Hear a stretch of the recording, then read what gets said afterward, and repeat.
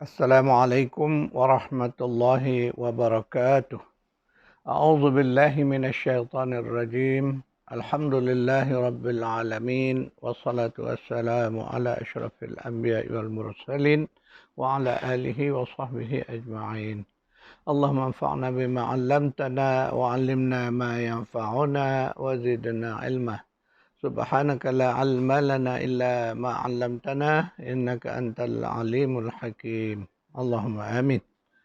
Alhamdulillah, syukrunillah kita dapat bertemu kembali bagi meneruskan siri tadabbur surah Al-Mulk surah 67 berdasarkan kepada buku Kerajaan Allah. Tuan-tuan puan-puan yang memiliki buku ini, kuliah kita berada di halaman 91. Pada kuliah yang lalu, saya menyebut tentang bagaimana Allah menjadikan fungsi antara fungsi bintang-bintang itu ialah sebagai pelontar kepada syaitan-syaitan jahat yang cuba naik ke langit untuk mendapatkan berita-berita rahsia di langit sana. Jadi mereka dilontar oleh semburan api atau hari ini kita kenali sebagai meteor. Jadi begitulah kalimah yang digunakan itu sebagai rujuman, makna direjam. Maka ada kaitan dengan apa yang sering kita kaitkan dengan syaitan, iaitulah dalam ta'awuz kita. A'udzubillahi minasyaitanir rajim. Aku berlindung kepada Allah daripada syaitan yang direjam. Itulah makna rejam. Jadi renjaman tu juga memberi makna selain daripada penghinaan, ia juga memberi makna direjam, maknanya dilontar.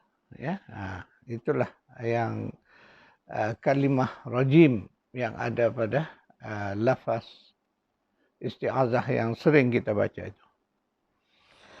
Kembali kita kepada syaitan. Jadi Allah takdirkan bahawa iblis dan keturunannya, iaitulah syaitan dari kalangan jin ini, mereka adalah musuh nyata manusia. Jadi ingat tuan-tuan puan-puan, jin sebagai makhluk sebagaimana manusia juga, cuma jin ini makhluknya yang tidak berjisim, maka kita tidak dapat melihat mereka ini. Jin itu sendiri secara umumnya adalah kelompok makhluk yang sebahagian kecil mereka beriman. Malahan sebahagian besarnya kufur. Jadi ketika disebut syaitan, ia lebih merujuk kepada golongan jin yang kufur kepada Allah. Itulah yang disebut jin-jin jahat. Itu syaitan. Karena sifat jahat itulah, syaitan itu merupakan sifat yang disifatkan kepada makhluk yang jahat. Maka manusia juga, kalau manusia yang jahat itu, mereka juga adalah syaitan. Ya. Jadi kita kena dapat membezakan dengan jelas. Walau bagaimanapun banyak ayat-ayat di dalam Al-Quran ketika ia menyebut tentang syaitan, ia lebih merujuk kepada syaitan minal jin. Makna syaitan dari kalangan jin. Karena mereka ini kita tidak dapat melihat mereka, sedangkan mereka dapat melihat kita, malah dapat mengganggu kita, boleh masuk ke dalam diri kita kerana sifat-sifat halus mereka itu. Jadi sebahagian kita menyebutnya sebagai makhluk halus. A'udzubillahi minasyaitanir rajim. Qala fabi'izzatika la'ughwiyannahum ajma'in. Telah berkatalah iblis, demi kekuasaan engkau, aku akan menyesatkan mereka semuanya. Surah 38 ayat 82. Inilah sumpahan iblis. Ya, sumpahan iblis. Jadi iblis ketika dihukum oleh Allah sebagai kafir kerana dia menderhaka perintah Allah, ketika Allah memerintah ia bersujud bersama para malaikat kepada Adam, maka iblis bersifat enggan aba wastakbar. Iblis itu enggan dan menyombongkan diri, membesarkan dirinya. Fakana minal kafirin. Maka jadilah ia kafir. Hukuman itulah yang menyebabkan syaitan begitu dendam kepada manusia, kepada Adam dan keturunannya. Maka ia memohon kepada Allah keizinan untuk menyesatkan manusia. Jadi kita ingat, kita sedarlah bahawa itulah takdir Allah, bahawa Allah mengizinkan terjadi. Maka turunlah Iblis bersama Adam dan Hawa ke bumi. Maka berlakulah sejarah sebagaimana yang telah berlaku, sedang berlaku dan akan berlaku. Iaitulah bahawa Allah takdirkan syaitan itu musuh kepada manusia. Syaitan minal jin itu adalah musuh kepada manusia. Innahu lakum aduwwum mubin. Sesungguhnya syaitan itu adalah musuh kamu yang sangat jelas, nyata. Berkaitan ayat yang kita baca tadi dari surah 38, itulah yang disebut sebagai sumpahan iblis. Iblis bersumpah bahawa dia akan menyesatkan manusia semua sekali. Tuan-tuan dan puan, kita perlu sedar, itu hanyalah sumpahan iblis, ya. Jangan pula lah kita rasa iblis itu hebat, dapat menyesatkan semua manusia. Tidak. Ya. Sebab Al-Quran menjelaskan bahawa ada golongan-golongan tertentu yang dapat disesatkan oleh iblis ini. Iaitulah golongan yang percaya kepadanya, golongan yang mengikutnya, dan golongan yang mensyirikkan Allah dengannya. Inilah golongan-golongan manusia yang dapat dikuasai oleh syaitan. InsyaAllah kita orang-orang yang beriman, orang-orang yang ikhlas, dan orang-orang yang bertawakal kepada Allah, insyaAllah syaitan tidak akan dapat mengganggu dan menguasai kita. Jadi biarpun sumpahan itu kalau kita dengar dahsyat, manusia seluruhnya nak disesatkan. Itulah sumpahan iblis, tetapi dia tidak mungkin terjadi, ya, kerana Allah dah menyebut bahawa tidak semua manusia dapat disesatkan oleh iblis dan syaitan-syaitan dari zuriatnya. Dalam ayat lain, iblis menyebut bahawa dia berazam untuk menggelincirkan manusia dari jalan Allah yang lurus. أعوذ بالله من الشيطان الرجيم قال فبما أغويتني لأقعدن لهم صراطك المستقيم. Iblis menjawab, kerana engkau telah menghukum aku sesat, aku akan menghalang-halangi mereka daripada jalan engkau yang lurus. Al-Quran merakamkan kata-kata iblis ini. Inilah ayat yang kita baca di surah 7, surah Al-A'raf ayat 16. Al-Quran merakamkan dia untuk menjadi peringatan kepada kita umat yang membaca Al-Quran ini.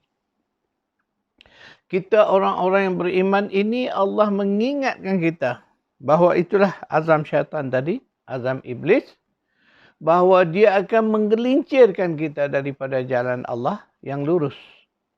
Sedangkan kita, orang-orang yang beriman, setiap hari mohon kepada Allah, berdoa, ihdinas siratal mustaqim.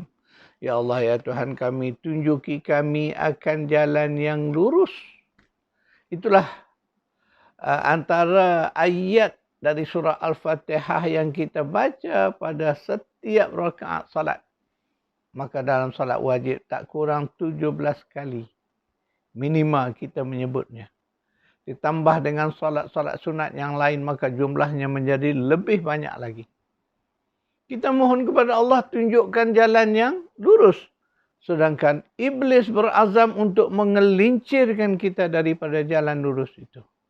Lihat bagaimana dahsyatnya azam iblis. Sebab itu tuan-tuan dan puan, kita perlu mengenal iblis ini. Kita perlu mengenal strategi iblis ini. Kerana dia adalah musuh kita. Sayangnya kita tak berusaha mengenalinya. Maka mudahlah kita ditipu daya, digelincirkan oleh iblis. Kerana kita tidak menyedari strategik jahat. Bagaimana iblis ingin menggelincirkan kita orang-orang yang beriman ini daripada jalan Allah yang lurus. Ingat, sebab itu saya telah pun menyiapkan sebuah buku tajuknya Sumpahan Iblis. Bagaimana strategik menghadapi iblis dan syaitan-syaitan ini. Ya. Jadi tujuannya supaya kita dapat mengenal siapa itu iblis dan siapa pula jin-jin jahat yang disebut syaitan dan juga syaitan dari kalangan manusia. Ya. Jadi kita perlu memahami dengan jelas berdasarkan kepada sumber qat'i, iaitulah Al-Quranul Karim. Sebenarnya Allah telah menceritakan banyak fakta tentang iblis ini. Dengan tujuan supaya kita yang membaca Al-Quran ini kenal siapa iblis. Kerana dengan mengenali ia, maka kita kenal musuh kita. Kemudian kita tahu pula apakah strategik, apakah sumpahannya. Itulah inti daripada strategi syaitan itu. Itulah sumpahan iblis itu. Sebab itu sumpahan itu kita kena faham. Apakah yang terkandung dalam sumpahannya. Dan kita harus melihat apakah kekuatan-kekuatan yang ada pada iblis. Apa pula kelemahan-kelemahan yang ada padanya. Supaya senang dan mudah kita menghadapi iblis dan syaitan sebagai musuh kita. Sebab Allah mengingatkan bahawa syaitan itu musuh kamu. Kamu hendaklah mengambil ia atau bersikap terhadap dia sebagai musuh. Jadi sebab itu kita kena serius di dalam bab gangguan-gangguan iblis ini.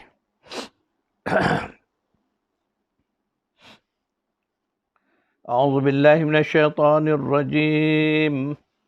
Inna syaitana lakum aduwwun fattakhizuhu aduwwa. Innama yad'u hizbahu liyakunu min ashabis sa'ir. Sesungguhnya syaitan itu bagi kamu adalah musuh. Maka hendaklah kamu mengambilnya sebagai musuh kamu. Dan kamu menganggapnya sebagai musuh kamu. Sesungguhnya mereka menyeru kamu, menyeru sekutu-sekutunya, golongan-golongannya supaya mereka menjadi penghuni neraka. Jadi ayat daripada surah 35 ayat 6. Ayat ini jelas. Allah nak bagi tahu kita, kita hendaklah bersikap keras, tegas terhadap syaitan. Mereka itu musuh. Maka anggaplah mereka musuh. Hadapilah mereka sebagai musuh. Dan Allah mengingatkan kita bahawa syaitan itu ingin mengajak kelompok yang mengikutnya. Mengajak ke mana? Mengajak ke neraka yang bernyala-nyala. Na'udzubillah min zalik.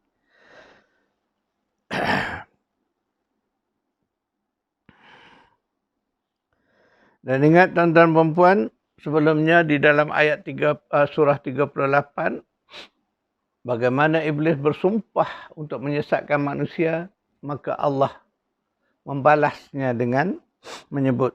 Mari kita baca surah 38 ayat 85. A'udzubillahi minasyaitonir rajim. لأملأن جهنم منك وممن تبعك منهم أجمعين.